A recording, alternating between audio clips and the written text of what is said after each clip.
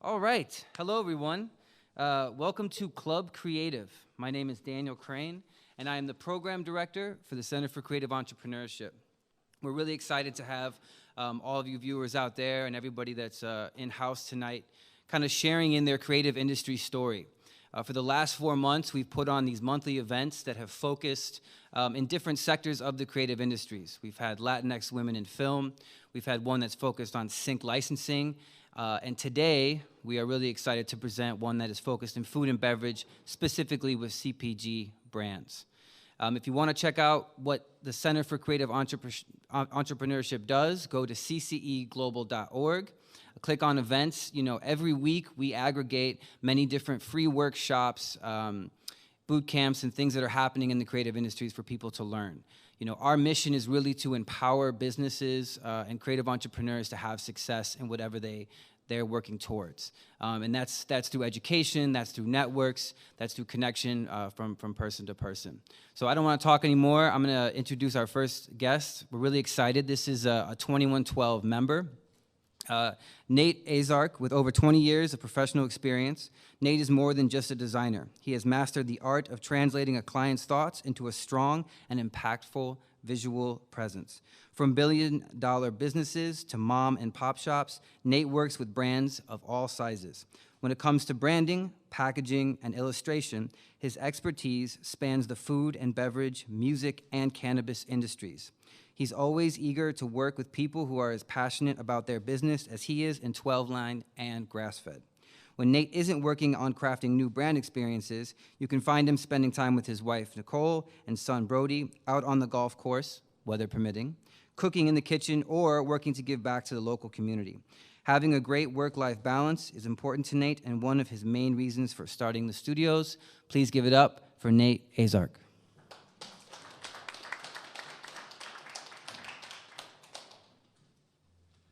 All right, thank you very much. Appreciate the intro. Yeah, a little cold for golf these days, but it's always nice to get out there. Thanks for having me. I'm really excited to be here. 2112 has been very instrumental in my career. I mean, I've been here, I figure it out by how old my son is, so he's 5.5. I've been here for 5 years.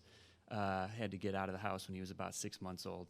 It was a little loud, couldn't focus too well, and now I'm doing splitting my time between home and here. You know, kindergartner, a lot of fun to be around these days. But more importantly, the CPG space is something that I'm very excited to be a part of. It's really where I find a culmination of the things that I love to do. So. The branding side, the packaging side, and illustration. When those three things come together, I'm kind of the happiest in the projects I do. I put a little presentation together that I'll just run you through. It talks a little bit about myself, some of the work that we've done, and some of my thoughts on what branding is. So our tagline is designed in Chicago and seen around the world. And as I mentioned, I'm founder of 12-Line Studio and Grass-Fed Studio as well. Grass-Fed is focused in the cannabis space.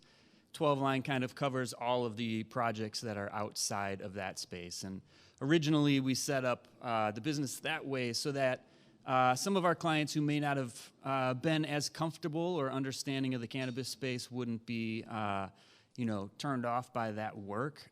Now we've seen a lot of education in that space, and people are way more accepting. We are proud members of Illinois Women in Cannabis, so it's definitely a space that, thanks to their help, thanks to many people in the industry, we're seeing a lot more acceptance of that.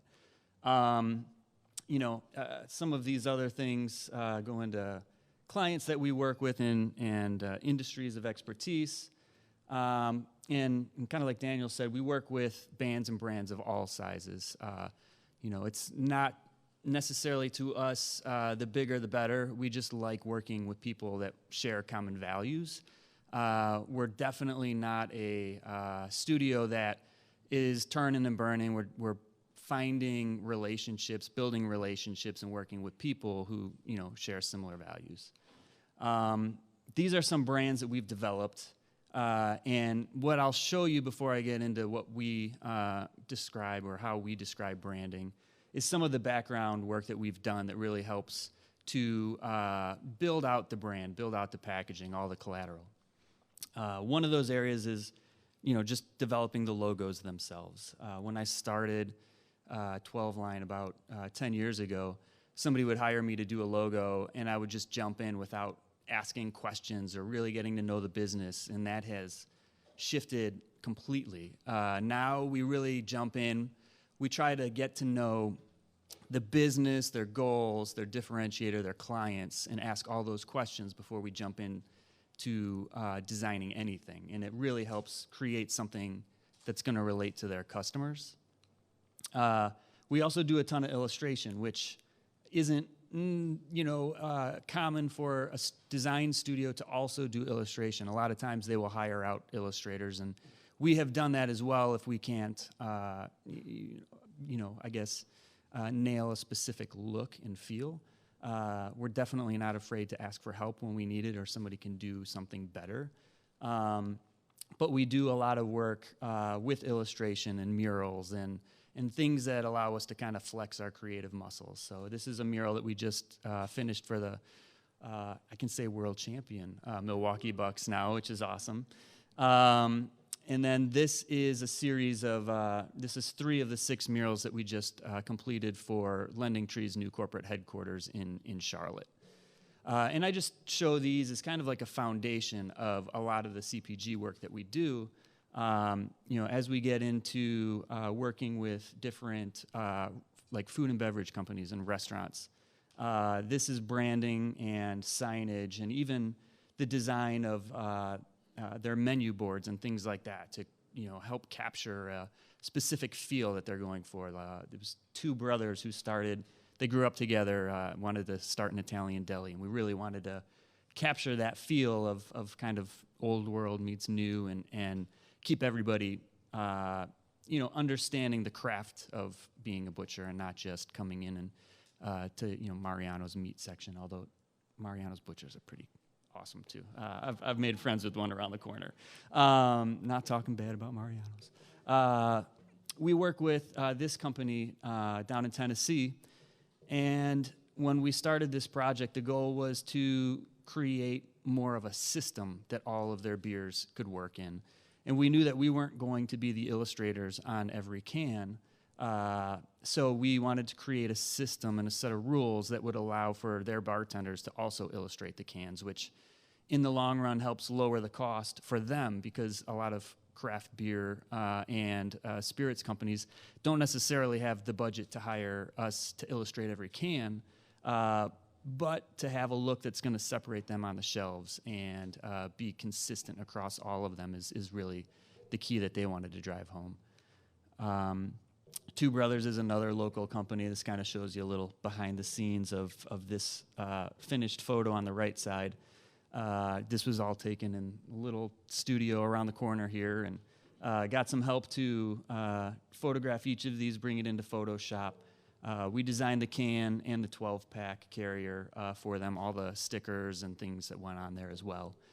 Just wanted to create something that would disrupt that space that you're looking at, and they're very tied into the music community as well. So I know that Rob likes to collect these cases in the back there and create pyramids out of them, so we're very supportive of Rob's endeavor there. Amani is a local coffee company. They wanted to really talk about their connection with the farms and the co-ops that they have in Africa. So we created the tagline, Pour Positivity, and the whole brand and campaign runs around that. Public supermarkets hired us to do some hand lettering. Happy, who you'll hear from tonight, came to us and wanted to create a CBD beverage that really had an illustrative focus and also just an uplifting and fun and inviting feel to it. New Era is a local dispensary. We helped them rebrand from New Med to New Era, and in that role, they really wanted to take themselves out of the more medicinal approach to their name and really start to appeal to a recreational space, which is really why we started Grass-Fed as a whole. We knew most of the Illinois companies at the start had focused really specifically in the medical side of cannabis.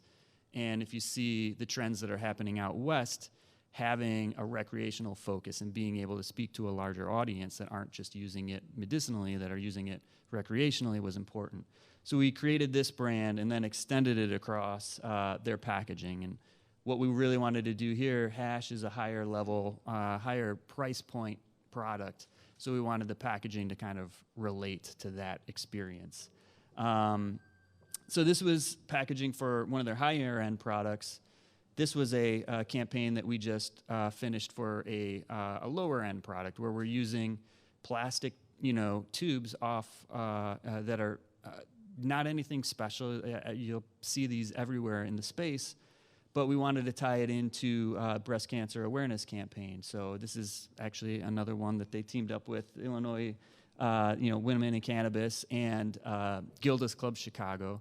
And they were able to raise over $7,000 last month for Gilda's Club, which was awesome. And this is just another packaging where we focused a lot on shapes and how these boxes stack and the fun that you can have with them on the shelves and create a differentiator. This woman had been making all of these products in her basement and is now in stores all across Michigan and the UP especially. She's been super pumped with the reception that she's got.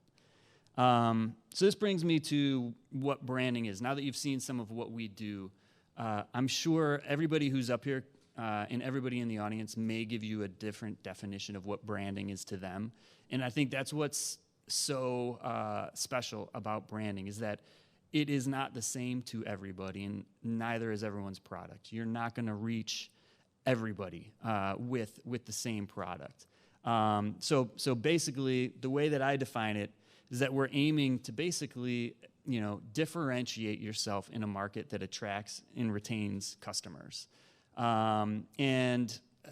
Basically, that gut feeling that you see when you see a brand is how somebody reacts to it and how you can attract a loyal consumer. And that's what we all want. We want to create this brand journey where somebody doesn't know your product and goes along this journey to where they are now promoting your product for you and telling your friends about it. That's our goal at the studio. It incorporates verbal and visual, everything tagline, essence, core copy, logo, collateral, and packaging. I think both of those are super important, and we brought in Eileen at the studio because as good as I am, creating the visual, my sister was the one born with all the verbal skills. So I brought Eileen in to help us do a lot of the writing of taglines and things like that. It's super important to have both of those covered in your business. I kind of touched on this, but you can't be everything to everyone. So find out really who your audience is and speak to them. Don't try to speak to everybody on the shelf. I see that a lot where people are trying to mass market their product and they think everybody that walks into the store or into the dispensary is going to be interested in it, and it's just not. It's not possible. So try casting a smaller net and really speaking to that group. And then also talk about your differentiator. So every company may have something or should have something that differentiates them. You may have the same technology, but it may be your, customer relations that is better than the next. Just something that is different that really helps you stand out from your competitor. Products that you use, There's a lot of design firms out there. We think that, us trying to work in a way to give back to the community with every project or trying to, take on less projects but make sure those relationships are stronger is definitely the way that we differentiate from others. Understand what your brand archetype is. And this is always a fun exploration to go through with clients. But this kind of shows you different brands and where they fall on this. So if you've never heard of a brand archetype, I highly encourage you to look this up when you get back because it's interesting to see what in how each of these columns really connect and help businesses decide directions to go in the verbal and visual space. There's, kind of skip over this one, but these are different areas or different ways that you can think of approaching packaging products. If you want to go with the clever or something that's bright and stands off the shelf, photo forward is one that I love taking photos as well. So like when we can incorporate photos, it's always fun to figure that out. And I would be remiss not to say illustrative, just because I think that's my favorite route to go. Things to think about when you're doing packaging is make sure that you start by understanding your co-packer's capabilities, because you can pay somebody a lot of money to come up with a great idea, and if it doesn't work with your co-packer, if you're using a co-packer for your product, you're going to have to go back to the drawing board and do that process all over again until you have something that works within their parameters. It can be super expensive. You can also do really great things inexpensively if you know your materials and finishes. So digital printing these days is amazing, and there's a lot of things that you could do digitally and save some budget for other things. Know your margins. Don't go too high above what your margins are on packaging. I worked with a company. They came to us. They were stamping their logo in the lid of a seasonings container, and that lid was costing them $1 a piece. And we were just floored that they thought that would help move a $4 jar of seasonings, plus all of the other embellishments they did on the label itself. So know what your margins are and do your packaging accordingly. Know the legal requirements, super important in cannabis, especially if you're in multiple states. It's different every state. And then if you are shipping your product, make sure that you work with somebody to find how to ship that product successfully so that you're not shipping broken products or things like that. It's super important. So kind of in closing, do your research, understand your audience, express your personality, talk about your differentiator, be consistent, and don't be afraid to ask for help. Those are kind of my main takeaways, and hope this helps all of you somehow. And if you have questions, definitely around to answer those. But I appreciate your time, and thank you very much.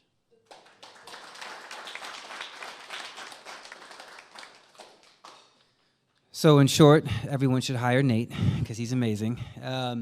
We just want to, again, thank all of our presenters and pitch people for coming out tonight.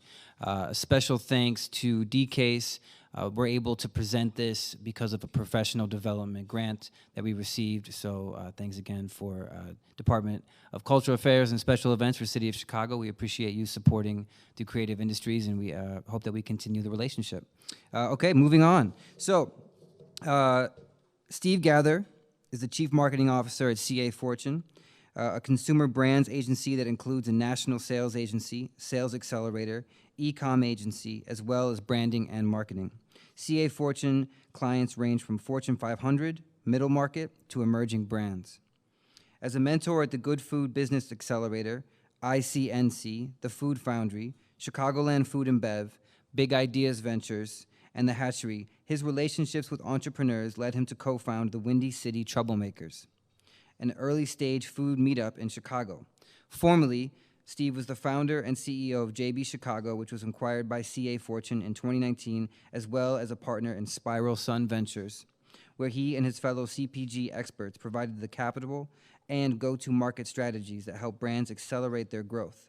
Steve graduated from Ball State University with a degree in architecture and planning. He resides in Munster, Indiana with his wife and 3 children, and we are super happy to have him here today. Please give it up for Steve Gather.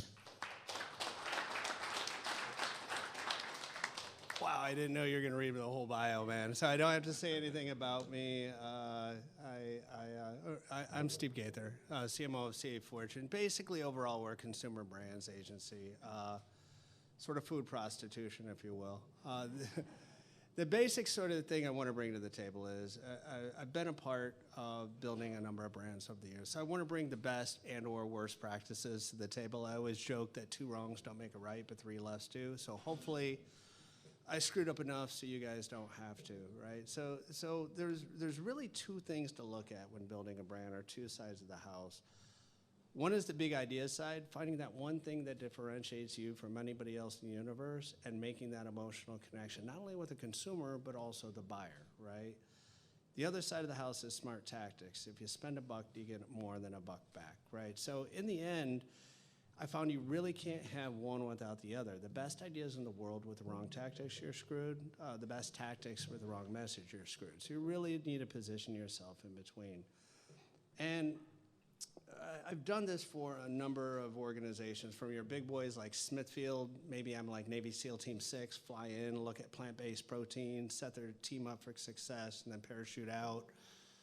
A middle market manufacturer that might do private label or co-packing and might have a brand with 40 SKUs, but they look like crap, right? How can we take the cogs that are in their favor and make them actually look like an emerging brand to get the velocity to go with it? Or a story I'll tell you guys about in a little bit. I wasn't allowed pretty pictures, so I'll have to use my wordsmithing. But taking a brand from a brown paper bag prototype to $50 million in IPO in a few short years, right? So it all comes down to, no matter the size of the company, the process is still the same. I don't care if you've been around 50 years, 5 years, or you're just getting started. You call time out and you dig through the 4 C's. That's the company, the category, the competition, and most important, the customer. That's both the consumer and the buyer, right? So company, dig through everything you guys do well. Dig through the capabilities, capacity, channels you've tried, channels you've succeeded, failed, stuff you found that has worked, people, stuff hanging out in the closet that you guys are trying on the innovation side. Document all the assets that you have from a company level. Now, category and competition, there's a number of ways to look at category and competition. I've been with companies like Ajinomoto that, probably shouldn't name their names, but that spend a ton of money on qualitative and focus groups and panel studies.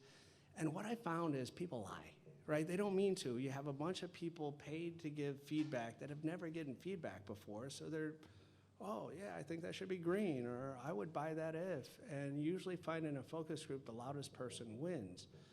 I love syndicated data, which is IRI, Nielsen, and Spins, because people cannot lie with their wallets. They could say anything they want in a room.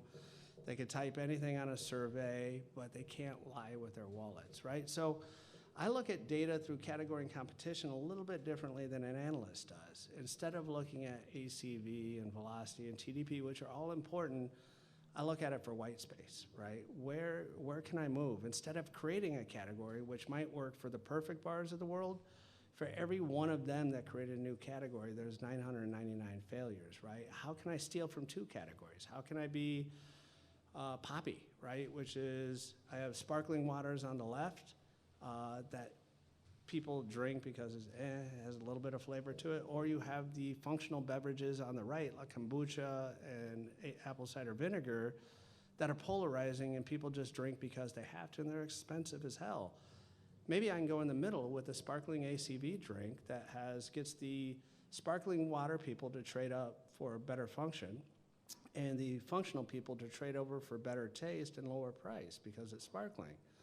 That's a way to steal from 2 categories instead of creating one. Or if I'm a non-dairy milk, do I want to go play in the refrigerated set with half gallons with milk? Or do I want to go in the liter sets over with coffee by the creamers?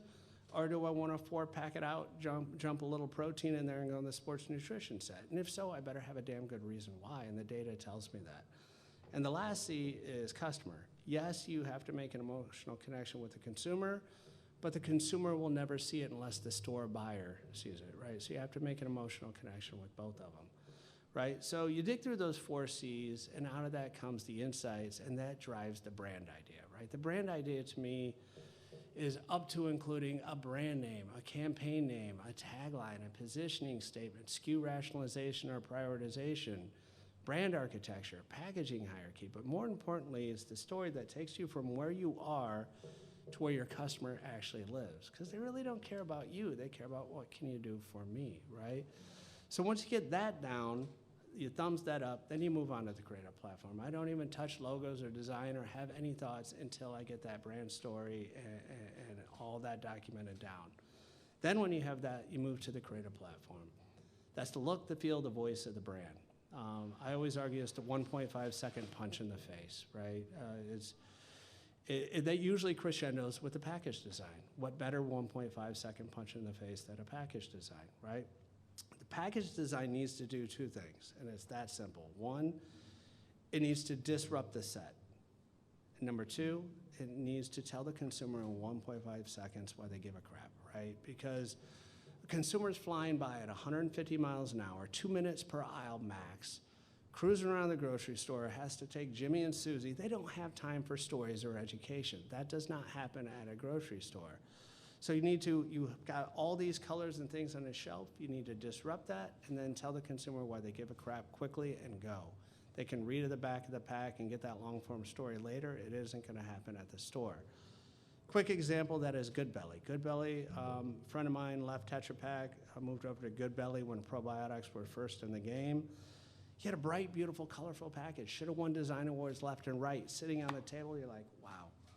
You put that on the shelf with the other bright, beautiful fruit juices, and it blended in like a chameleon. Once we actually went with the black packaging, it disrupted the shelf. And then from a education standpoint, once again, no one knew what probiotics were at the time.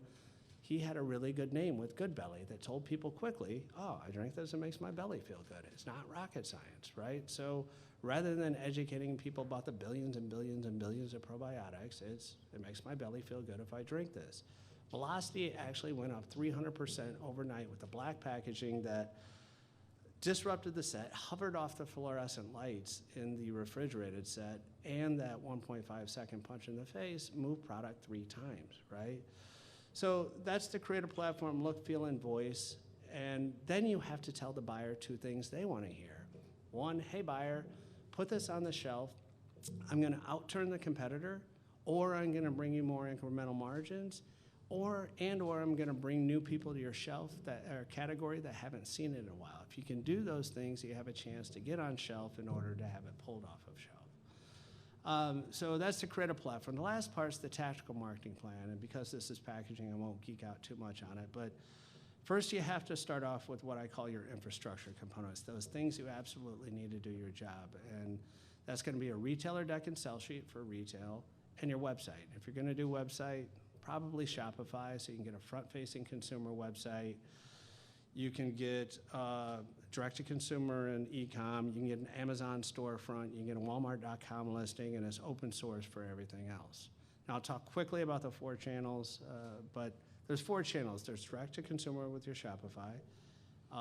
That's your funnel, but you have to go fetch and get traffic. When people talk about fetching traffic, they usually talk about social media. Yeah, but don't look about fans and engagement. Worry about return on ad spend. I don't care how many fans I have. I took Unilever and Axe Deodorant as the first brands on Twitter. Dish Network from 40,000 fans to 4.5 million. Those days are over. It's all about return on ad spend. So if I spend money and I spend $1 and I get $2 back, great for month 1. And then month 3, I'm getting $5 back, that's great. And then LTV, I'm getting $9 back. That's what you need to shoot for. Amazon's more like an online grocery store, sits on an island. I'm not trying to drive people to Amazon. I'm trying to get the people shopping at Amazon to buy my product. Then you have brick and mortar grocery store. That's where if you're on your own in early stage, stay home, own your region, don't go elsewhere. If you actually get a broker and have some money behind you, then you can go multi-regional. But there's this rising channel in between the two called Click and Brick that didn't exist last year. This is your retailer.coms. The retailers pivoted during COVID, and there's 2 components underneath that. 1, curbside pickup, and number 2, delivery. Curbside pickup grew, 90% over the past 18 months. Instacart and Ship delivery grew 60%. That's jumping 6 years on the ubiquity scale. My mom and dad never used that stuff before COVID. Now it's part of their shopping trips, right? So there's 4 channels. When you're doing your marketing, split it out accordingly. If I have an ad to somebody in Florida, if I have a Publix a mile and a half away and a Walmart a mile away, drive them there first before even direct to consumer. All right, so real quick, 4 C's make the brand idea. Brand idea drives everything you do, but it should be much bigger than marketing and communications. It should drive operational decisions, the culture, the org, be the lens or litmus in which you make decisions moving forward. One quick case study, and then I'll shut up. A friend of mine had a couple exits to Advanced Pierre, so think frozen chicken. He was on his last exit, went to Asia, saw somebody eating a chicken leg with Parmesan and marinara, came back and said, I've got an idea, right? So he decided to make a frozen pizza, but instead of using dough as the crust, he used ground chicken and Parmesan. Pretty neat. 2 cool things happened with that from a company perspective, right? He had a pizza that microwaved really well in 4 minutes, which pre-cooked ground chicken and Parmesan cooks a lot better than dough in the microwave. And 2, he had amazing macros. He had 28 grams of protein and like 4 grams of carbs. It was nuts. So company-wise, he had something special. But looking at the category and competition, 2 things became clear, right? You had 2 glasses for pizza. One was the premium set with Screaming Sicilian, that on a good week would do 10 turns per SKU per store per week. Or you had the gluten-free glass with Amy's and Udi's. On a good week would do 2 or 3s. Long story short, I would much rather be a loser in the premium set than a winner in the gluten-free glass any day, all because when the consumer goes to the pizza aisle, much like the ice cream aisle, they go there to sin first. It has to taste great first before health. So we had to come up with a brand that we could speak out of both sides of our mouth. We could speak to the keto crowd and say one thing, speak to Bubba sitting on his couch and watching NASCAR and say something completely different, right? So we came up with real good foods. Real ingredients, good and good for you to the keto crowd. Real good foods with a thumbs up to the guy watching NASCAR. When we did the package design, we borrowed some notes from Screaming Sicilian. We made it look craft. We made it look tasty. Instead of the mustache, we used a big thumbs up, carve out, to show those big, fat, chunky ingredients. We called out the macros to 28 grams of protein, 4 grams of carb. I downplayed the chicken Parmesan crust because education equals death. I don't want to scare people. I just want them to see the macros, see it's great tasting, and buy my product.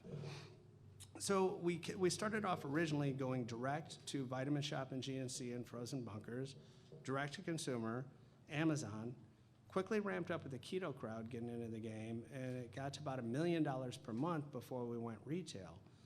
When we went retail, we went to Kroger and told them the 2 things they wanted to hear. Hey, put this on the shelf next to Screaming Sicilian. I might not turn as much as them, but I could sell for a lot more money and make both of us more margins. And I can bring this keto crowd back to the frozen glass that hadn't seen it in a while. Boom, they won. They got in Kroger next to Screaming Sicilian. They turned really well, and then Kroger said, what else do you got?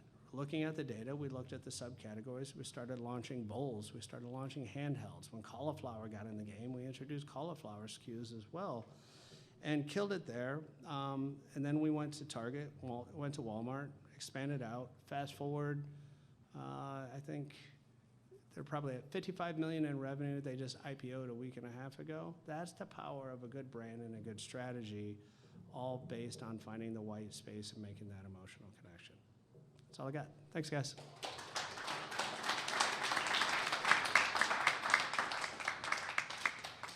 Wow. Thanks a lot, Steve. I mean, as you guys can hear, there's a lot of knowledge up here. Feel free to talk to Steve afterwards. Obviously, everyone is really knowledgeable about the industry and the ins and outs. Apple cider vinegar sparkling drink does sound good to me. And it's interesting to think about when hearing Steve talk about the way that I think when I look at packaging goods, like what is most interesting to me. And even the fact that when I look at pizza, I don't want to know how healthy it is. I definitely want to know how good it tastes. So thanks for sharing that. All right, moving right along. We have a 2112 family member here. We're really excited. Amor Montes de Oca is the executive director at Illinois Women in Cannabis. Yeah, let's give it up. She built this place. As the very first executive director of Illinois Women in Cannabis, Amor leads a vibrant community of women interested in working in Illinois' nascent regulated cannabis industry. As the former Director of Strategic Initiatives for 2112, Chicago's first incubator for creative industries, she focused on creating meaningful programming, raising capital, and developing advanced professional development initiatives. Within Illinois' burgeoning cannabis industry, Amore sees vast opportunity to use her experience in order to create more equitable economic opportunities, drive innovation, and encourage entrepreneurial initiatives. Please give it up for Amore.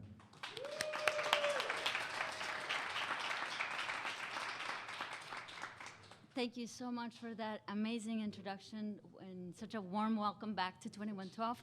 Obviously, this is such a special place for me.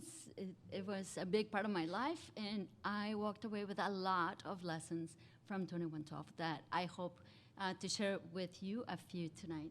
Thank you again for the invitation, and like Daniel said, my name is Amor Montes de Oca. I am the first executive director at Illinois Women in Cannabis.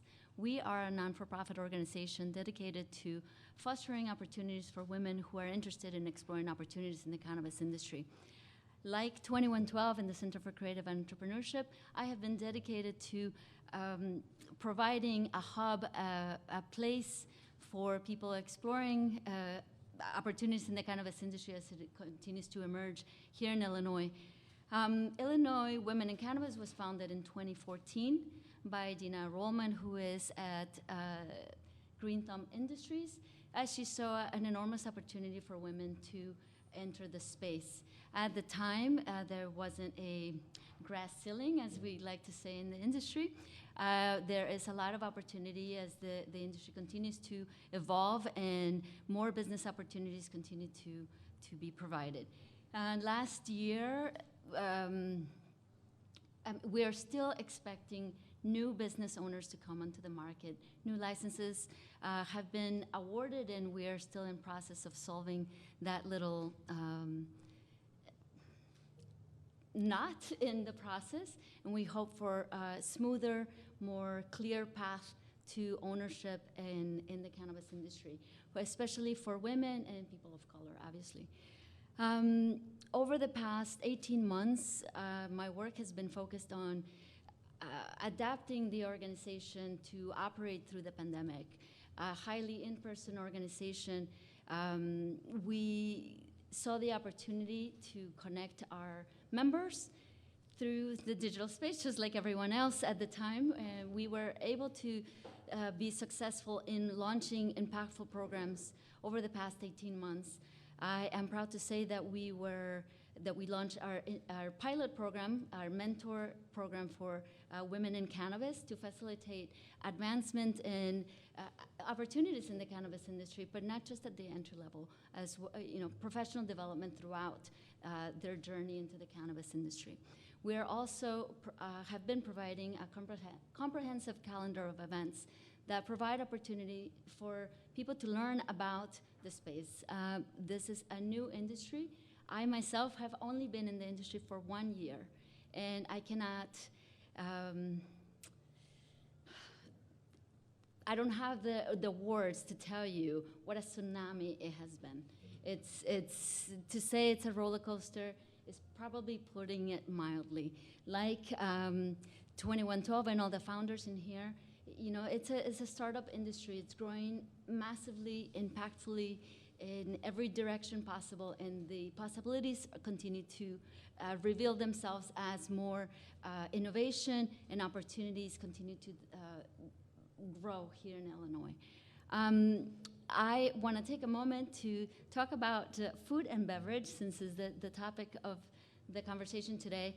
Over the past 6 weeks, we have offered a virtual program. Our Fall Harvest series was focused on the food and drinks side of the cannabis industry. And I walked away with a few highlights that I'd like to share with you.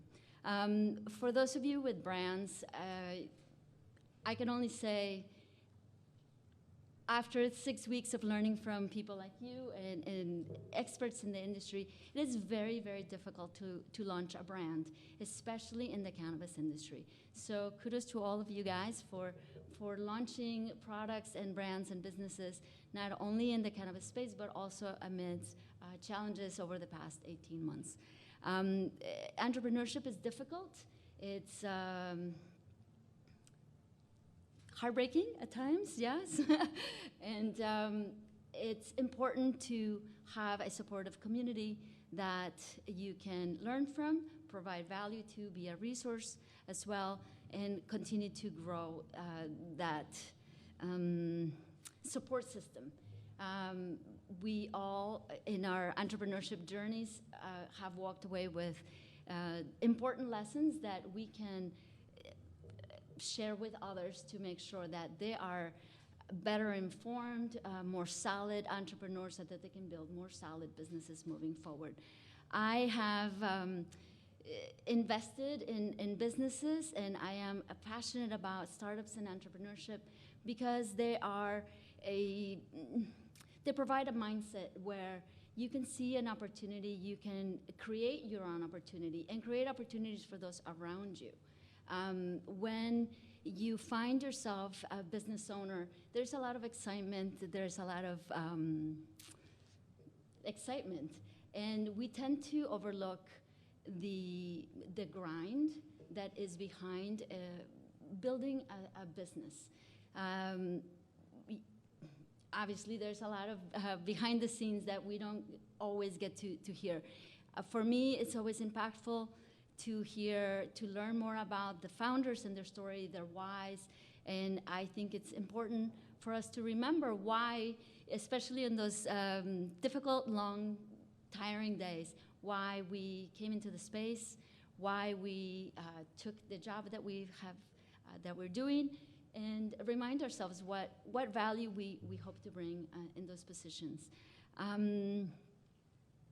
So yeah, that's pretty much all I have. I look forward to learning more about each of you, and thank you all for sharing your insight with other entrepreneurs. I always applaud experienced founders sharing their journeys as new entrepreneurs come online. I think it's impactful to create a supportive ecosystem. So thank you all.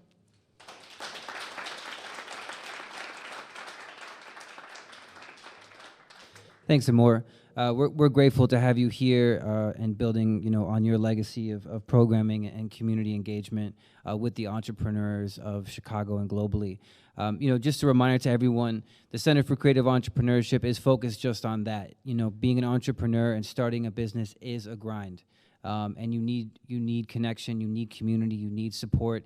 And, I like how you brought up how it's heartbreaking. Right, a lot of people who start it may not have a fallback, so it can be really difficult. So to all the entrepreneurs out there who are in the creative industries, the CCE 2112, the people here, we're here to help and guide you, maybe give you advice you don't want, but nonetheless be supportive in the best way we can. Okay, so moving right along, our final speaker before we get to the pitches, very excited to have Alan Reed here. He's the Executive Director of the Chicagoland Food and Beverage Network. Chicagoland Food and Beverage Network is a startup, nonprofit organization that brings industry players together, provides a forum for collaboration and support, and better connects the 4,500 companies in the industry across Chicagoland to drive innovation and growth in the region. The group leverages the power of the food and beverage industry in Chicagoland to grow the industry and the local economy.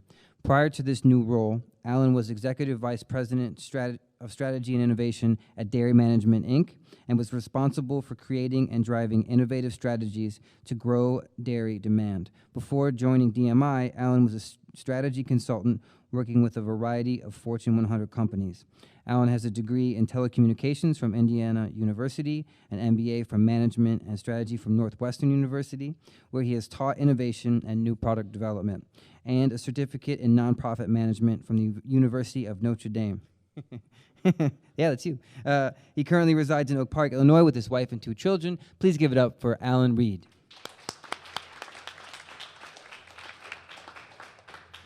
Thanks. I didn't know you were going to read that whole thing, or I would have included the fact that, and wow, it might actually be 20-something years ago now. I actually was an agency account manager. I worked for big agencies like Leo Burnett and several that have now been merged into other things, Publicis and Tatham Euro, RSCG, and I worked on really, really big brands that your grandparents probably all would recognize, like Mr. Clean and Old Spice and Vidal Sassoon hair products. I had hair, that's how long ago it's been. Yes, dinosaurs walked the earth when I worked for agencies. And one day I decided that as an account manager, while I loved branding, while I considered myself a branding expert, I got tired of being told, tell the client that we wouldn't show this creative to just anybody, but we know how brave you are. And that was the signal that they didn't think it could sell, but they thought we might be able to convince the client to do a few things. If your agency has to convince you to adopt the creative, it's probably not either the right agency for you or the right creative for you, or both. And that felt bad to me. So I considered myself a branding expert, and I'll say 20 years later, I would say, I know nothing about branding. Two things have changed. First, I've gotten older and wiser. And the second thing is the world of brands has changed fundamentally. Old Spice and Mr. Clean, we sort of said, here's what we're going to tell our audience, and we pushed it at them, and we hoped that they would laugh at it and that they would like it and they would somehow engage with it and understand, and they would tell us in focus groups that they loved it, and Procter & Gamble and our clients would re-up their contracts with us. That's great, and it was a fine business. What's happened since then is the brand is no longer owned by the company, and that includes your companies and your brands. The brand is fundamentally owned sort of by you. You might be the caretaker of it. You're like the gardener for the brand. The people who really own it are your users. Those who are buying it own your brand. They're the ones who are going to say, it's good, it's bad, it's terrible, it's awesome, it makes me happy, it makes me sad. That's it. And you also have to work with your customers, so your retailers or what other channel you're selling it through. They're the ones who are going to make sure it gets seen or not seen. So at the end of the day, again, branding has changed so completely. I don't think anyone's really an expert on it. Although, again, and such amazing advice from these gentlemen here, and the rose between the thorns here, it's an absolutely immersive experience that has more to do with how you make your consumers feel than it does what you're trying to make them think. I think that's probably, for me, the biggest change that's happened over all this time, because what they reflect back to you, what they say in social media and what they tell your friends, that is your brand. Yes, the colors matter. Yes, the packaging matters. All of those things matter. They're all a part of that story and that image that you're telling. But pretending that you control it all is a recipe for disaster. So I'm going to pivot. For the past 5 years, I have been a founder, and I had to build a brand. Actually, I've built 2 brands, and I'll spend just a minute talking about each of them. So I was hired 5 years ago to launch a brand, which at the time I was hired to launch something called Chicagoland Food, and food had periods in between it. It was firms organizing for opportunities and development. And I said, I don't know what I'm going to call this company, but it will not be Chicagoland Firms Organizing for Opportunities and Development. But they assured me, as I was taking the job, don't worry, we've paid a branding agency $25,000 to give you the smartest, like, it's great, you're going to love it. And I said, oh, yeah, I'm sure for $25,000, there's got to be a better name in there somewhere. So took the job and read the branding report, which was this thick, and was full of, I think, it was around 65 of the worst names and brands I'd ever seen in my entire life. They were each one absolutely awful, and reflected, this is really the problem, reflected no understanding of the food and beverage industry. So they said things that I'm like, well, so wait, is it food and beverage, or is it just food? Well, it could be both. Well, but it matters. You can't call yourself something that, so, and then they had these great, like, one of the names was like, Innovation and spelled wrong. I'm like, that sounds like an Asian food company. In fact, I think there's an Asian food company named that. And they're like, well, it's just, you'll make it, I'm like, no, it's bad. It's bad, it's confusing. No one's gonna know what that means. So you can imagine $25,000 spent and not a, and again, I know a little bit about branding. I would stop at saying that I'm a branding expert, but I knew Chicagoland Firms Organizing for Opportunities and Development was going nowhere, and I knew that none of those names in a $25,000 brand booklet were going anywhere either. So I looked at my budget and I said, wow, I cannot spend another $25,000 finding a brand name. I said, I'm gonna find an agency that can design me a logo, and I'm gonna come up with a name that describes what it is we're trying to do. Now, I will tell you, I do not think that the Chicagoland Food and Beverage Network, with all 12 syllables, is the greatest brand name that has ever been written. In fact, I think it's one of the lamest brand names that has ever been written. But when the food industry reads the words Chicagoland Food and Beverage Network, they know where it is, they know what it's about, and they know what we do. So just one piece of advice, again, many consumers are gonna want something far more sort of esoteric and far more interesting, but for sort of an industry organization, telling them exactly what it does is a really good idea, super good idea. So I'll say reach in, understand your customer who's ultimately going to own your brand, and understand what they're looking for and what they want and what turns them on and what lights them up. And yes, focus groups are painful. I did no focus groups on Chicagoland Food and Beverage Network because I said, I'm gonna ask 6 people who I consider smart to give it to me straight, and they did, right? If you sit in a focus group, they're like, well, I like the pink, and I don't. 6 smart people, and some of them work for agencies, right? And say, yep, you know what, it's not great. It's green and blue because it was easy to do green and blue when nobody else did green and blue.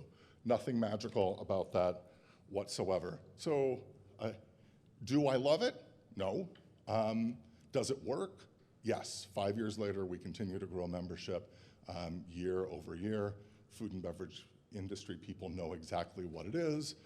We're now sort of morphing into a thing called CFBN, but every trade association anywhere usually goes by its initials. We'll be doing the same thing. Or, it might just become the Food and Beverage Network. I've had people say, oh, you should just call it the Food Network. I'm like, I think somebody owns that.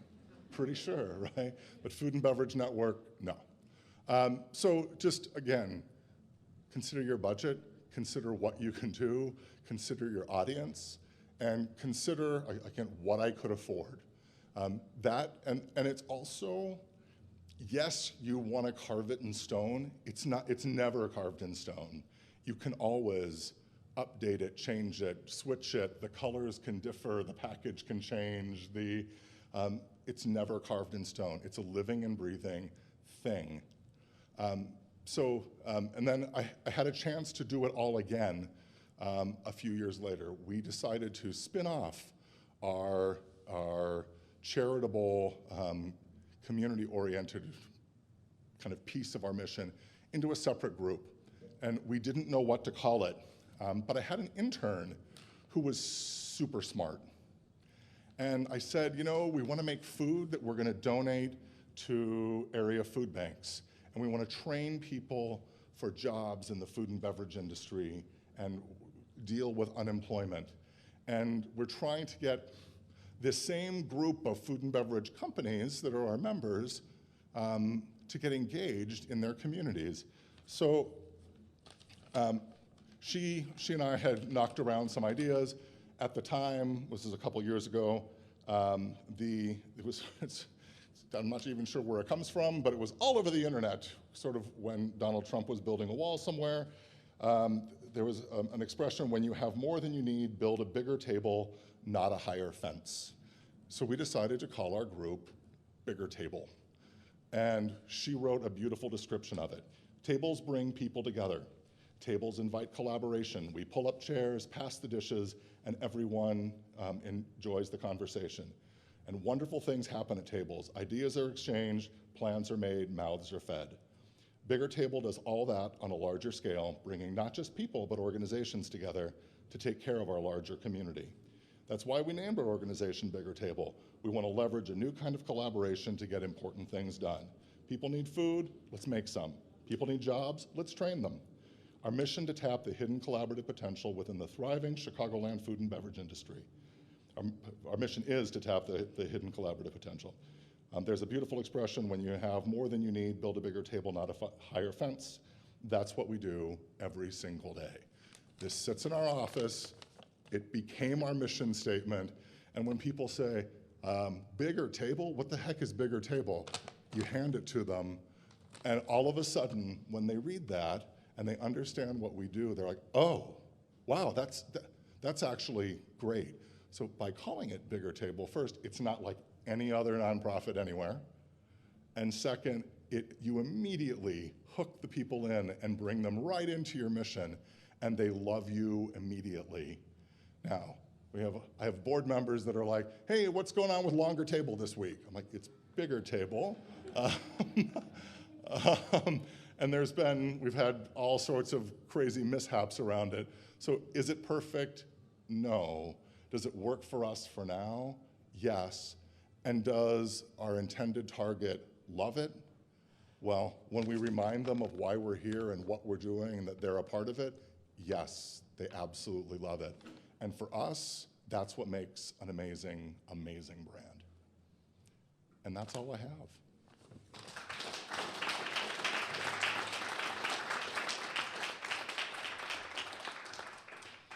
Thanks a lot, Alan. That was fantastic.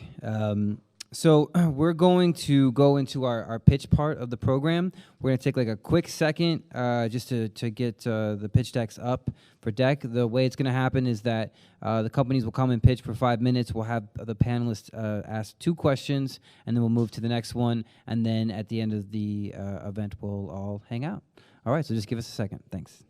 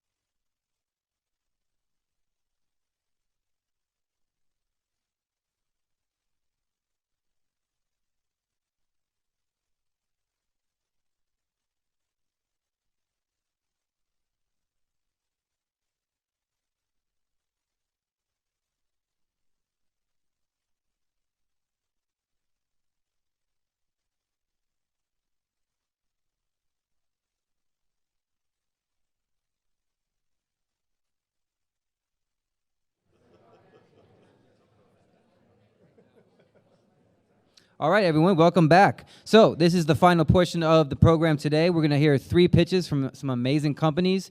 The panelists will ask 2 quick questions, and then we'll move to the next one. We'll make it quick. And we're first going to start with Tom Buschke of Hello Waters. So please welcome Tom.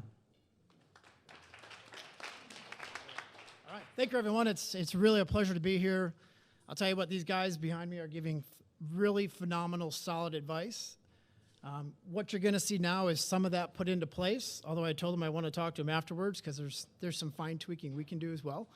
But it's a pleasure to be here. I'm Tom Buschke, CEO and co-founder of Hello Water, and actually we were born in this very building in 2017. So we're still around. We're really happy about that. We're making some progress. What went from one simple idea has morphed into a whole line of products, a patented technology, and a partnership with one of the nation's largest water companies. So we've done some good things, and we continue to grow, and we're here. We want to let people know what we're doing and find some investors that really want to join us and make a really big impact, and I'm going to show you how. So first of all, I mentioned we've got 3 line of products, right? The first one started with a simple idea. I'm a nutritionist. I've been a nutritionist for about 18 years, and one of my obsessions is that I love to create products or services that help people lose weight or manage their weight. It's just always been instilled in me. And one of the things that I looked at was when you look at the diet industry, the diet industry always contradicts itself, right? One diet says you should have this. Another diet says, no, you should have this, change those macros, no, do this. But there's 3 things that always stay the same that I found. It's always drink more water, reduce or eliminate your sugar, and add fiber to your diet. And that essentially is our first line of products called Hello Water Prebiotic. It's 5 grams of fiber, it supports your digestive system, it's an appetite suppressant, and it's great for gut health. It's about 18% of your daily fiber intake now, and it's the simplest, most modern delivery system that you can have for fiber. And it's the immediate thing you can do to improve your gut health. More than probiotics, I know we talked about those before, more than anything, it's this prebiotic. It's super simple. So we thought, can we create a great tasting water, check all the boxes that people are looking for right now, which is all natural, no sugar, yet still provide me a great amount of taste, and give me some kind of benefit that's important to me. I know Steve talked about it before. We talked about what's important to the customer and where's that white space. And the white space here is not only with the sports nutrition part of it, but with the flavor. When you said that, that's what I thought of. We looked at hint water when we were formulating this first line of products, and we looked at Bai. And we thought hint doesn't have a sweetener in it at all, and we thought it was our instinct that people wanted more flavor. But then we looked at Bai, which is another nationwide beverage company, and we thought, you know what, that's just too sweet. And I don't think you can drink all 18 ounces in one sitting. And so the white space was, can we pull from hint? Can we pull from Bai? And can we pull from people who are trying to manage their weight? And that was our very first product. You'll see that we've got some emotional packaging. Our flavors are actually emotional names. Smile, laugh, live, love, dance. Because one of the things you have to do is disrupt the customer as they're walking down the aisle. And we thought, if we can get them to walk down the aisle and just stop and go, why the heck does that bottle say smile on it? Or why does that bottle say laugh on it? Once they pick it up, they understand what it is very, very quickly. You can see Hello Water Prebiotic supports digestive health. You turn it around, we have very minimal ingredients and everything that a better for you, healthier person is looking for. So that's our first line of products. Then we came out with just recently a high pH alkaline water. And it's very simple. Our customers, we listened to our customers and they said, can you give us an unflavored water? So we went with the highest quality, high pH water, which is going to be very clean, crisp tasting. It's going to absorb in your body faster than regular spring water. And it's been shown to reduce inflammation because you have a higher pH level. You're more alkaline than acidic. So again, we listened to our customers and we said, if you want to incorporate this in your daily routine, we're going to go ahead and make it for you. And then the third one, which I want to spend the most amount of time on because it's the most unique, is our new Hello Water Defense line. And this is like nothing that is absolutely on the market. We were fortunate enough to partner with a world-renowned scientist. He's worked with Nobel Peace Prize winners. The United Nations has hired him for some projects. And he knows the body more than anyone else that I know. Well, he created a patent that combines these ingredients, and it becomes a technology. And when these ingredients combined in our beverage, what it does is it takes incoming toxins and it shoots them out of your body really quickly. And that hasn't been done before in the beverage industry. So I like to explain it basically by saying we have the first proactive immunity and defense drink. So toxins from air pollution, from processed foods, from alcohol, from smoke, from synthetic chemicals, they all come and they try to tear down your chemical defense system. I can talk about the science if we have some time. It's a little confusing, but it's called your cytochrome P450. That's your human defense system. Much like the immunity system is great for infections, for helping block infections and recovering, your cytochrome P450 is a group of enzymes that build up your body's defense system. Our technology that he has figured out is the only beverage on the market that builds up that defense system. So if you're trying to just feel better, if you're trying to prevent a hangover, get over a hangover, if you're trying to avoid being sick, whatever the case may be, our technology is going to change the way that people look at immunity because it blocks toxins before they even have a chance to damage your body. What you see on the other side is there's a lot of great products out there that have antioxidants, they have vitamin C, they have zinc. None of those products build up your body's defense system, but they go after the free radicals that are already created because of the toxins. So we're saying if you can identify the root cause and take care of the root cause, you've got a chance to just feel a whole heck of a lot better and avoid having to take some of this other stuff.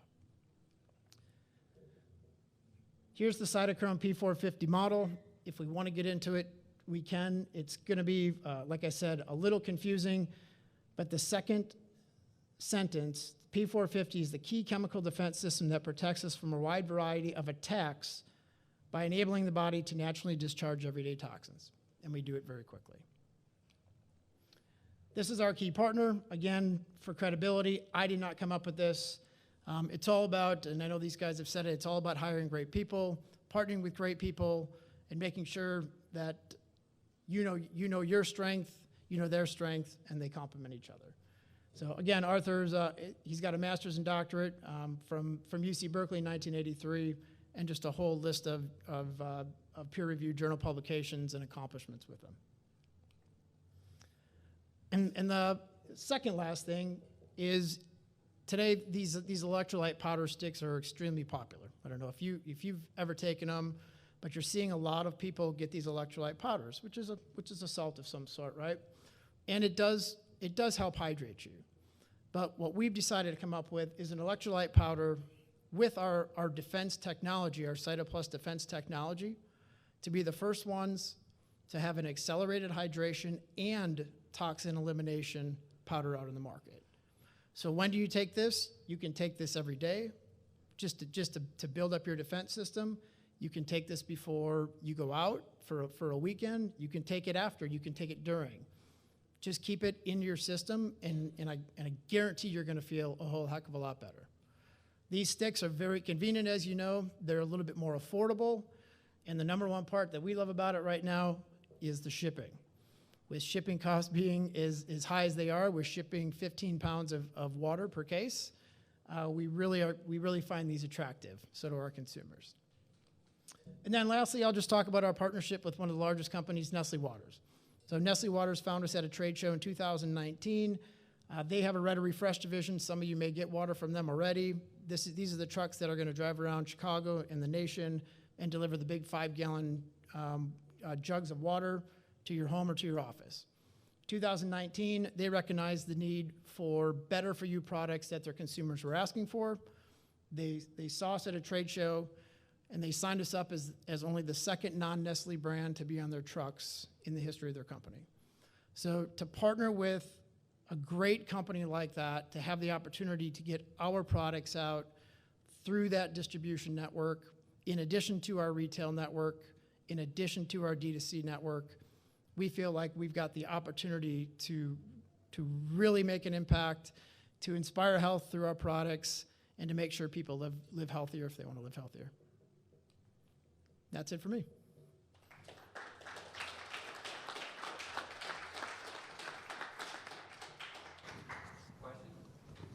Who wants to fire it up? Yeah, is this working? Okay. So a question with, I'm a fan of TDP and growing additional SKUs. It seems like, though, you're going multiple categories, right? One with 2 waters. Where are you merchandising the defense? Is that going over in the functional beverages or in line with the waters?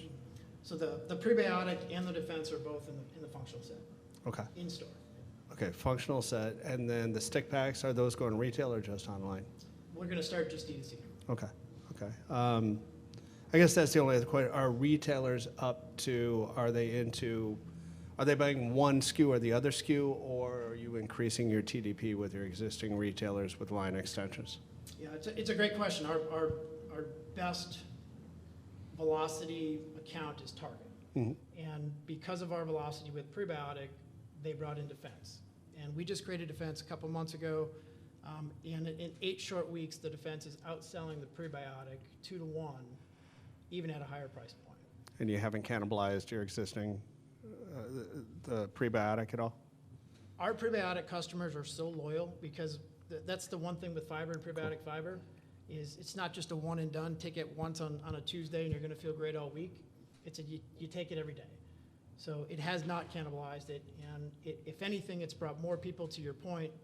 The defense and the immunity beverage has brought a wider audience to their shelves, and so it has not cannibalized. Okay, and the last thing, just because I'm a little ignorant on it, Ready Direct, is that the name of the Nestle play? Ready Refresh. Ready Refresh, is that delivery to offices or homes or all the above? Homes and offices. Cool. Yep.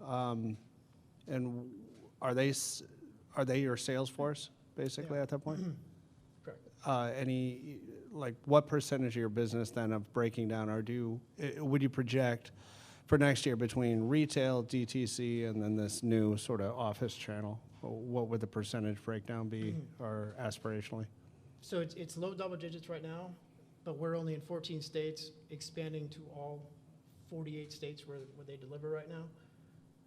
We partnered with them right before COVID started, so we had not been able to promote anywhere or do anything them. So all of our sales are just their customers finding us on their website organically.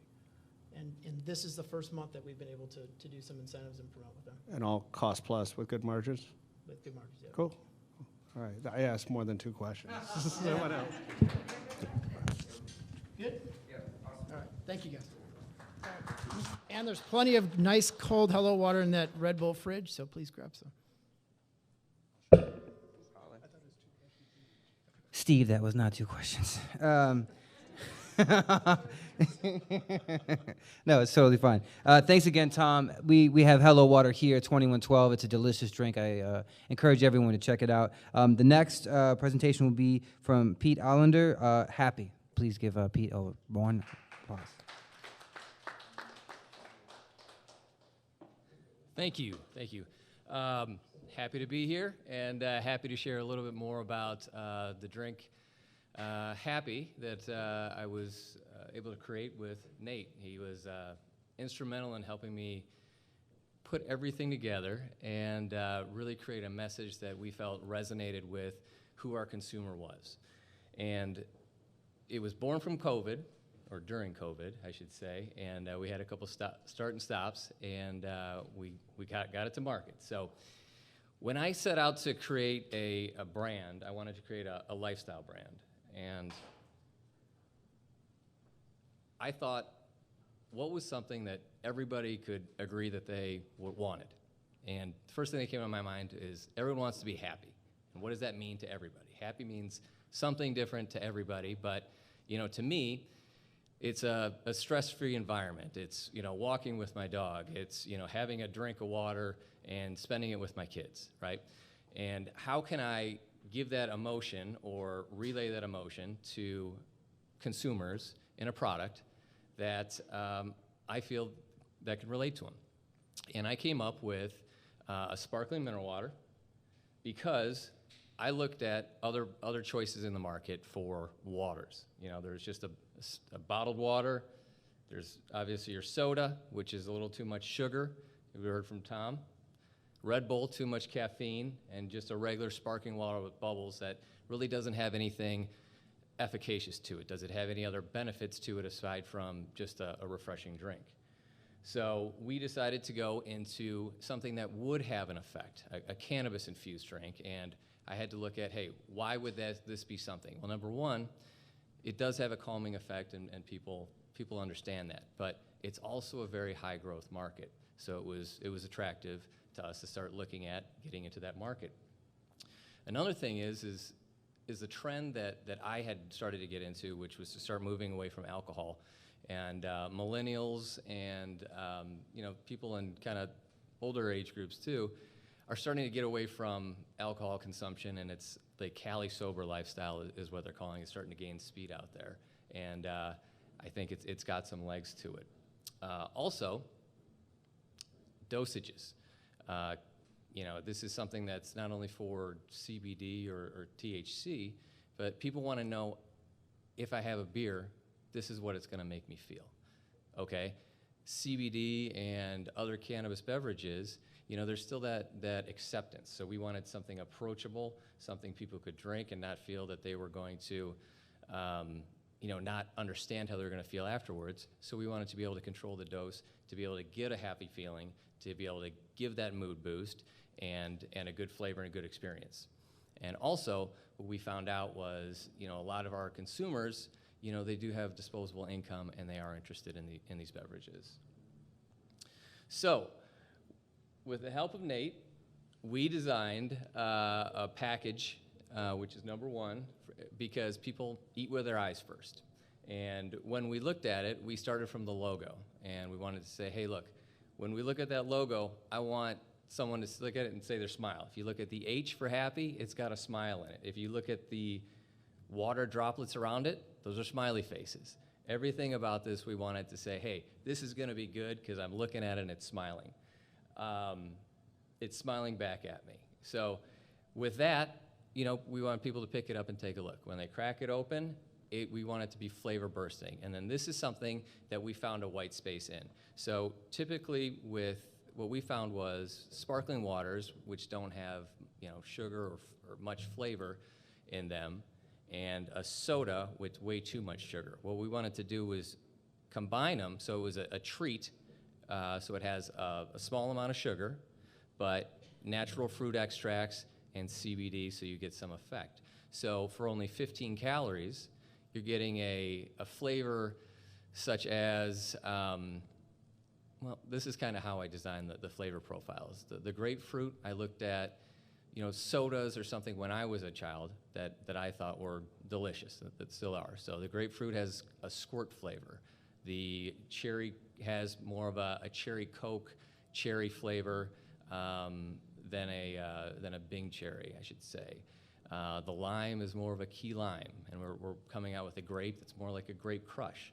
So when people have this drink, it's refreshing, not too many calories, and it has a big flavor to it that they're not expecting out of a CBD beverage. Also, we wanted to look at different cannabinoids to put in there. So right now we have broad spectrum in there, which has different profiles or different effects for people, and we are experimenting to put other cannabinoids in there as well. What we've found with the demographics as well, to touch on a little bit more, we're targeting health conscious, active people. Age groups 24 to 40 is our typical consumer, skewed to female, and household income of about 150,000 plus. We've also found that through the use of our distributors and some of the restaurants that we're in, they're starting to use it as a cocktail mixer or a mocktail.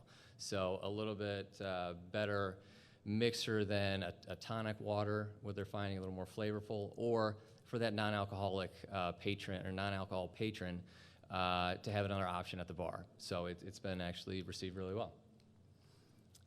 We have gotten into storefronts. Pete's Market here in the Chicagoland area, we decided to stay local just so we could see what was happening with the market. So we're in all Pete's Fresh Markets. We just landed Caputo's. And we actually are in Jethro's Barbecue, which is the largest independent chain of restaurants in the state of Iowa. So they have picked us up, and we are featured on their menu, and they're getting a lot of success with consumers there. We do have happy customers, so we do sell online as well. These are a couple reviews that we've gotten against Recess and some of the other well-established names out there. We're competing very well and getting reorders, and it's obviously creating some kind of effect for these people because they're calling out the relieving stress or the anxiety relief they get from it, which is exactly what we wanted to do when we created Happy. Happy, no anxiety, no stress, just enjoy yourself. So these are some of our market numbers. It's a proven concept. We just launched in 2021. Our margins are increasing, and we do have sell-through. Right now, we're looking at some capital needs from some investors, and this is just for the markets that we're currently servicing today. So we have orders coming in, and we're looking at doing some new packaging design. We're looking at picking up some cost effectiveness on our sourcing of materials and ramping up our e-com so we can do a business to consumer model, really going right to the consumer. And here's some future products, or one that we're launching right now is the Grateful Grape. It is delicious. I wish I had some to share with you, but it should be out in the market here in the next month or so. But we have landed some good news today. We landed Cisco Foods for the state of Iowa, which will be distributing Happy. And we're also working on ways to bridge the gap of Happy, since we do have some brand recognition now, into the THC market for licensed operators. So whether that's California, Illinois, we're working on some other states as well, but that is where the future's headed for Happy. And with that, questions?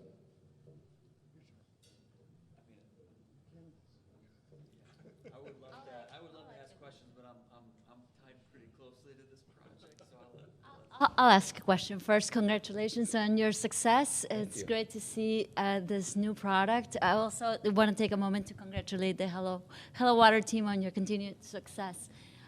Just a quick question on scale. Yeah. So do you anticipate any challenges as you're expanding into new markets? I know sourcing materials is difficult, especially in the cannabis industry. Can you talk a little bit about your sourcing plans? Yeah, so as far as sourcing and scale, I have a co-packer that I use based out of Michigan. We can do up to 1 million units a month if we need to for this. As far as flavorings and the CBD material, we have direct line and chains. The one challenge that had been an issue in the past was the actual aluminum cans, and we have fixed that issue. And with our increased production, what we're going to be doing is actually printing on the cans instead of using sleeves, which now when you're at that volume, you actually get some economies of scale and some savings. Do you want to ask now? so one of the things that I learned in the Harvest series was the market share of THC beverages. Yep. I'm bringing it full circle here. And so I've heard multiple things about the THC space. One, that it's 1% of the current market. It's grown. It's 2. It's doubled. 2. 2% of the current market. But would you say that's due to the fact that a lot of these licenses can't put canning lines under their roof, or that they're, how are you going to come into that space and kind of disrupt it from a THC standpoint? Yeah, no, it's a new market. It's actually the fastest growing market in all of THC. it's a little technical. So a lot of these cultivators, stick to what is making money for them, right? So they're, selling their flower, their extracts, whatever. Canning line, there are challenges with it because of, it's a consumable and it's capital intensive. But if you have that, with the cost structure, it can be very profitable because of the materials you're putting into it. So it's growing. The consumers that buy it are higher income, so they have more disposable income. So it's typically a higher price point you can hit with it. And what they're seeing is the reason it's growing, exceeding all of their cannabis products right now, the beverages is because they're being adopted by the connoisseurs and the higher end users. So they drink more of it. In addition, something that I just learned recently is there's new segments growing. For one, video gamers. So instead of having a caffeinated beverage or whatever, what they're doing is they're looking for cannabis, which actually settles them down a little bit, so they can focus on video games. And it was an interesting thing that I wasn't aware of, but it is growing faster than any other segment, and I would anticipate it continues to, simply because it's approachable, it's measured dosage, and some people don't like to smell like cannabis after they ingest it. Yep.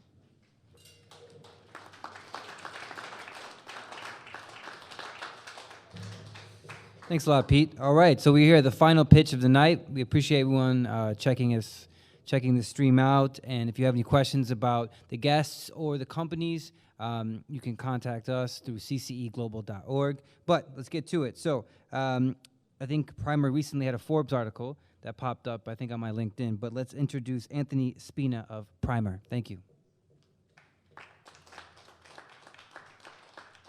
Hey, all right. Well, first off, I want to give a shout out to, other than celebrities behind me, the celebrity in the back, Professor Pizza, who is here with some pizza tonight. Maybe you stepped out. Yeah, Professor Pizza. Hey, and also Scott, thanks for having me. So yeah, we just announced Primer actually yesterday, which has been quite a journey for something that we started about a year ago. So, of course, picked really great timing, but through that has been just such a remarkable journey and something that, forever, whenever I see somebody pitch something or talk about anything, just to understand the amount of work, effort, energy, the ups, the downs, everything that's a part of it. So shout out to everybody who's done it. So it's amazing. And on that note, really what I'm going to talk about today is a moment. And specifically, this moment right now in beverage. So you spend all this time, you're looking at these, and that's Julius. Good to see you, as always. But you look at this piece, and you're like, well, what are you really trying to do here? You have a hard seltzer, and you threw some electrolytes in it. It's interesting. But the window to actually create something that potentially could shift the foundational way that people actually engage with the drinking occasion, we kept going back to it and being like, that sounds outrageous and that sounds ridiculous. But the more we got into it, it was like, holy shit, this really could be a thing. And I've spent my entire life looking at things from an insight standpoint. I'm a master believer in the power of ground level, street level insights.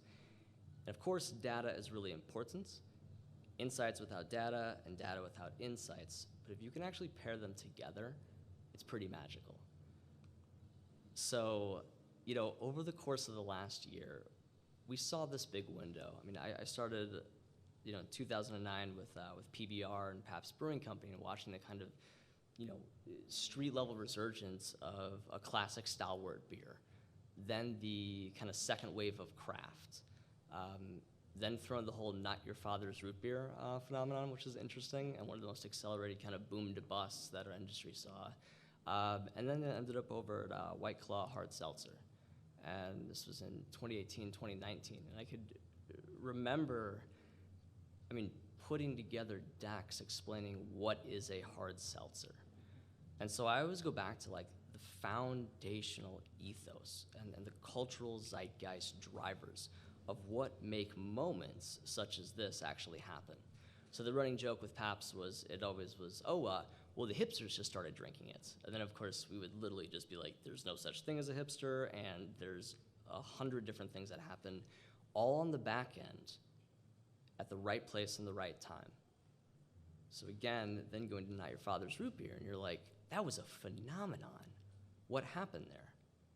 Some of the things were hitting, some of the things weren't. And then you look at White Claw. I can remember holding a can of White Claw in my hand, and someone asked me one time, they said, is White Claw a startup? And I was like, why would you ask something? I'm just curious, like, what would make you think that? And they're like, well, look on the side of the can, it just says White Claw Hard Seltzer Works, Chicago, Illinois. So as we were going through this, it was kind of like, man, I'm seeing something. Like, the foundational ways that drinking is happening seems to be changing around me. And so dug into a little bit of available kind of data and research, and the first piece was found some Pew data, and it said, okay, the height of US binge drinking was in 1998 to 2002, and binge drinking being considered more than 4 or 5 drinks during one occasion. I was like, oh, so that's when I was in high school, so that's why college was the way it was, and that's why the US has always been, a standout in the way that we drink differently than the majority of the world. But that started to shift, and there was no data to back this up when we were starting it. It was all insight-based from what we were seeing at a ground level. And so we started to play this game where we're like, are we losing our minds? Like, is this real? And again, you're already kind of taking this entrepreneurial journey, and you say, all right, we're gonna shoot that shot. We see a window. So the wildest, the first one was, and this was from, was it April of this year? Because it was like, when you start drinking, it's not like you're just doing one ABV. It's like, I'm just gonna stick with beer the whole night. I've never seen it after quite a few, nights out. And so it's like, there's other, you're leveling up. But then also now, starting to see, and this came out from IWSR, you're leveling down. And so that it's natural that you're fluctuating within a different ABV ecosystem during any drinking occasion. And I was like, well, it's like 60% of people. I always thought that was just like a really, really small amount, but pretty solid.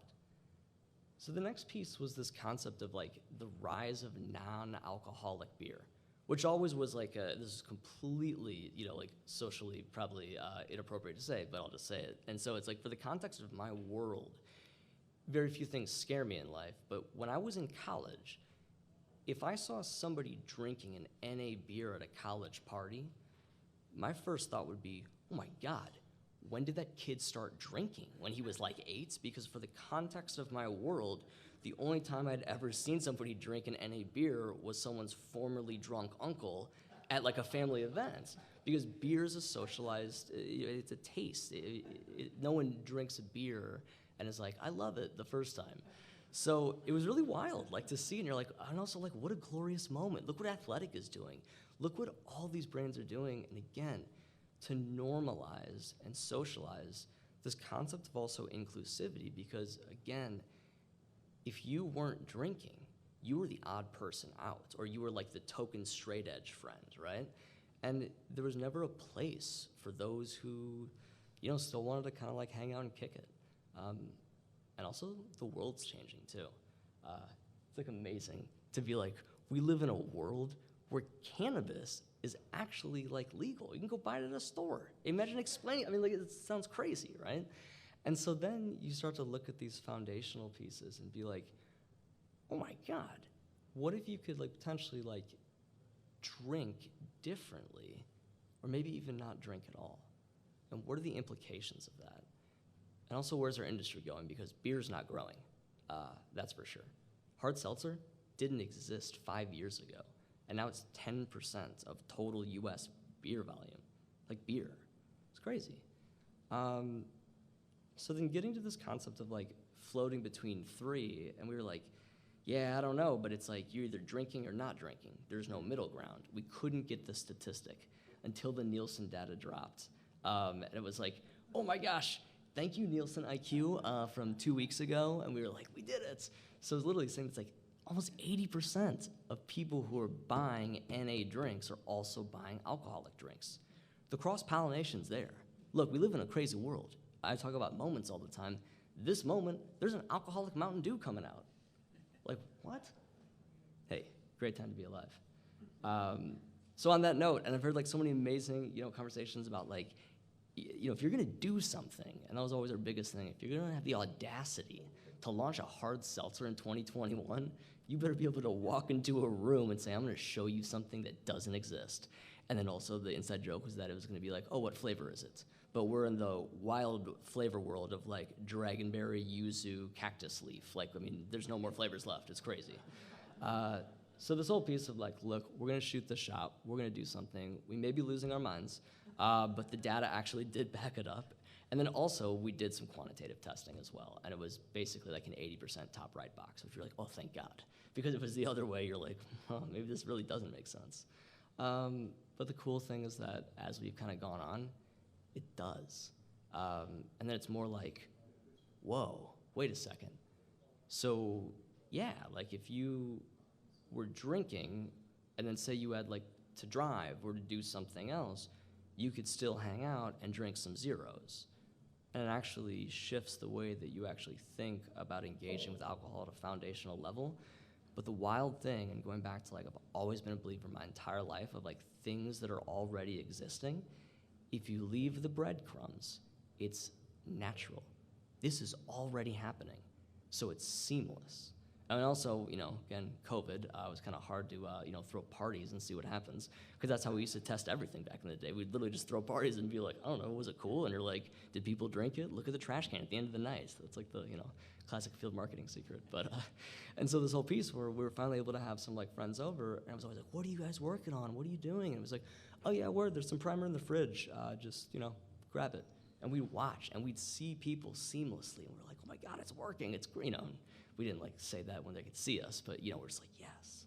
And so the greatest thing, we actually did some, the classic like little media photo shoot, and we got to go to Vas Formos in Logan Square, my favorite liquor store of all time, and put it on the shelf, and that was like the real test. And they're like, what could this really look like, and actually stand out, and again, be something that really makes you think, and also it's something for everyone.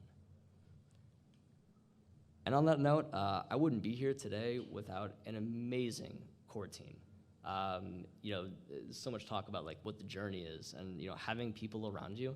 So this is kind of like the Italian job, but instead of robbing a bank, we're like, we're gonna get the team together and literally, build a beverage brand, new to world. So I was able to tap, first off, my co-founder, Matt Sievers, and so him and I basically started at PAPS together in the culture and field marketing program. Always down to ride, rock solid. I get super stoked really easily, and he's kind of like the yin to the yang in the best way possible, where he's kind of like my gut litmus test, so it's pretty fun. Casey Blinn, former creative director at Pabst, we said, look, Case, like, we need a packaging that is gonna stand out and be like, whoa, it's so simple, yet clean. Very proud of the packaging. And then the liquid. And this was one of the first calls that I made. I was a brand manager for Old Style Beer. I'd been declining for like 22 years. People were like, that's career suicide. Don't take that job. And I was like, it's the greatest brand in the history of Chicago. And I was like, if you can do that, you can do anything. We turned a positive in 2 years. But one of the big drivers was actually doing an innovation portfolio. And I got to know Randy Hughes really well. I mean, he was the brewmaster for 30 plus years at City. So I told him, after Old Style, I said, hey, at some point, I'm probably gonna try my own thing, and I'm gonna need a world-class liquid, and I'm gonna give you a call. I said, okay, sure, Spina, sounds good. So I called him and I said, hey, he had just retired, and I waited 2 months, and I was like, hey, Randy, it's Spina. He goes, is this the call? And I was like, yeah, and he goes, I'm in. And I was like, I didn't even tell you what I'm doing. He goes, don't worry, I got you. So it was great. And of course, liquid development is getting electrolytes into alcohol, also not for the faint of heart. Thank you, TTB. And then Rich Pascucci, or Scoochie Man as we like to call him. He's the man with the plan. He's our core advisor. You know, he makes sure that we're not veering too far off the path, and that, you know, kind of keeps us with all the operational and, you know, bajillion other parts that go in. And also I do want to say one thing too, is that we all know where the puck's going, and guess what? It's cannabis. It's CBD. You get a 0%, just wait till the future. So that's Primer.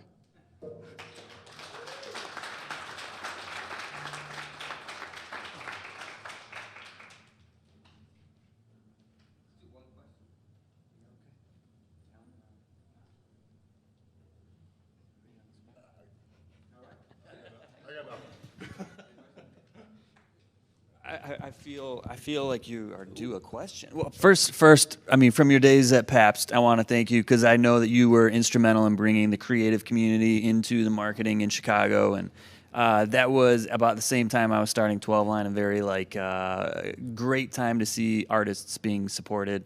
So thanks for that. And you know, as this comes about, the idea between having 3 different alcohol volumes in one case, how, like, when you get variety packs from other companies, do you see that there are, like, one, volume measure that's consumed more than others, or how does that, play out in this space? So that was... What did the trash can look like? Hey, that's the age-old test. Times may change, some things stay the same. Go look at the trash can at a DIY spot. No, but so that's the interesting thing. I mean, when you look at, and again, the data and the space of what's happening is that variety packs reign supreme. I mean, 90% of the volume is in variety packs. But the biggest piece is that what we're kind of dubbing like hard seltzer, 1.0, or kind of like this foundational seltzers where there's only so many flavor varieties, right? There's only so many takes on, again, it's a black cherry, it's a wild cherry. It's like, oh my gosh, and so that was the piece, actually, the 2 flavors that we did choose, is that since the concept of 3 ABVs is new, and then also electrolytes, and again, luckily everybody knows what electrolytes is, and it's, we can't legally say it in any of the marketing, but it's like, wait a second, what if you could hydrate while potentially dehydrating? So it's like, oh, okay. But from a flavor standpoint, black cherry and mango are the 2 highest indexing flavors. And also a really great thing about black cherry, and we had so much fun, this is a little bit of secret sauce, but like, whatever, it's fun. I didn't realize like how powerful cherry is, and why it is so ubiquitous. And we went to great lengths to actually do a proprietary cherry blend, because what I love is kind of like a priori knowledge, and those little things that like the recall. When you taste something, you go, oh my gosh, that reminds me of. Like I had a moment where I was like, wait, this reminds me of like, and I'm gonna make a sports analogy, and I think the last time I played sports on a team was actually junior year of high school, so that's where I was like, oh, this is like junior year, 2-a-days in soccer, and you're like, oh yeah, Powerade. There you go. So yeah, it was a lot of fun doing the flavor stuff and also the variety pack piece. Thanks. Thank you so much. Appreciate it.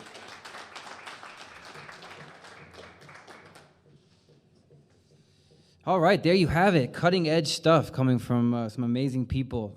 Again, my name is Daniel Crane. I'm the program director for the Center for Creative Entrepreneurship. Please check us out at cceglobal.org. Click on events. We put together Club Creative every month. We feature different sectors and different people. We're excited about the community that we've been building. We're excited to have you watching, and we're excited that everyone is here.